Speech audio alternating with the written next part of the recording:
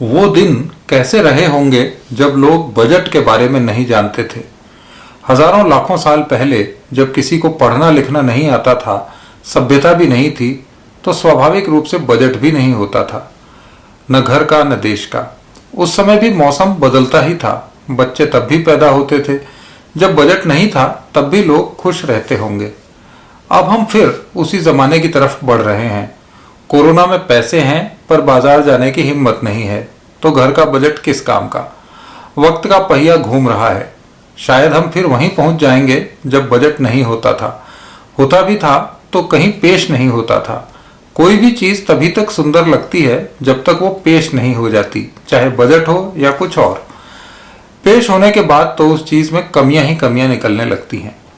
याद करिए जब रेल बजट पेश होता था, नई रेलगाड़ियों का ऐलान किया जाता था, फिर हंगामा होता था, ये रेल शुरू नहीं हुई, वो रेल लाइन अधूरी रह गई, किराया घटाओ वगैरह वगैरह। रेल बजट बंद हो गया, कोई हंगामा नहीं होता, रेलगाड़ियां पहले की तरह ही चल रही हैं, लोगों का आना जाना भी बदस्तूर जारी है, कोई पहाड़ नहीं टूटा। ये जरूर सिद्ध हो गया कि कोई संस्था ना भी रहे तो किसी की सेहत पर कोई फर्क नहीं पड़ता। भारत आस्थावान देश है, हमारी आस्था एक अवतार एक ईश्वर में रहती है, बाकी सब फिजूल है। ऐसे ही एक दिन वो सुनहरा दिन भी आएगा जब बजट नहीं होगा। कई लोग होते हैं अपने आसपास जो मित्रों, साथियों, पड़ोसियों से उधार लेकर बिना बजट के पूरी जिंदगी बिता डालते हैं। बच्चे की फीस भरनी है तो मामा से उधार ले लिया, राशन के लिए पिताजी से ले आए, मोटरसाइकिल दोस्तों से टुकड़े टुकड़े मांग कर ले ली, किसी से उधार लेकर दूसरे का चुका दिया, मर गए तो पड़ोसी फूंक आए। जब बिना किसी आयोग, बिना किसी योजना आयोग के पूरा देश बढ़िया से चल रहा है तो जीवन भी बिना बजट के गुजर ही जाएगा। बजट कतई जरूरी नहीं है, जरूरी है आनंद। सभी साधु संत आस्था संस्कार चैनल 24 घंटे यही बताते हैं कि आज के आनंद की जय करो। तुम क्या लाए थे जो ले जाओगे? जो तुमने बनाया भी है वो जीएसटी का है, जो कमा रहे हो वो भी एक दिन नष्ट हो जाएगा। कुछ स्थायी नहीं है, कुछ भी शाश्वत नहीं है। पुराने पत्ते झड़ते हैं, नए आते हैं, पुराने नोट बदल जाते हैं, नए आ जाते हैं, पर्स वही रहता है।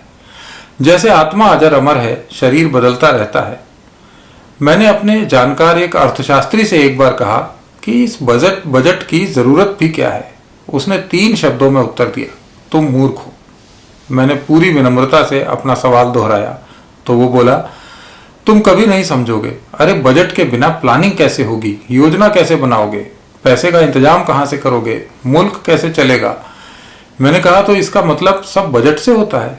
वो बोला हाँ, एक एक पैसे का खर्च बजट से ही होता है। गरीब का गेहूं, बुजुर्गों की पेंशन, मरीज की दवा सब बजट से ही आती है।